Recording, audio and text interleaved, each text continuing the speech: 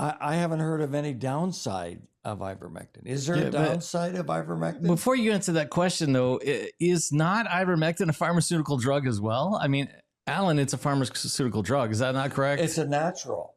It's a pharmaceutical drug. Okay, Dr. Makis, go ahead, weigh in.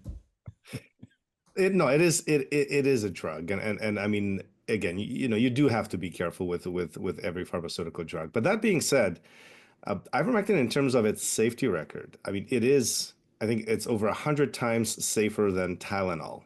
And, people don't think twice about taking Tylenol for aches and pains and headaches. The number of reported serious adverse events, are so rare that when they came after ivermectin in the United States for COVID-19, they had to make things up.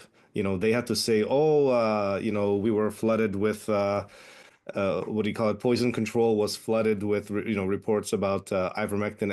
It was all made up because there was no history of serious adverse events or deaths with ivermectin, and so it's actually one of the safest drugs that's ever been put on market.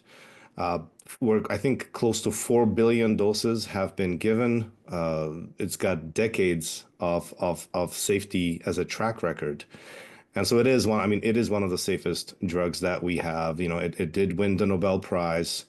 And I can tell you, I'm using it a lot right now. And that's because I did a lot of research into ivermectin. I've read hundreds and hundreds of studies on ivermectin, discovered that there's a big body of research on ivermectin in use of cancer.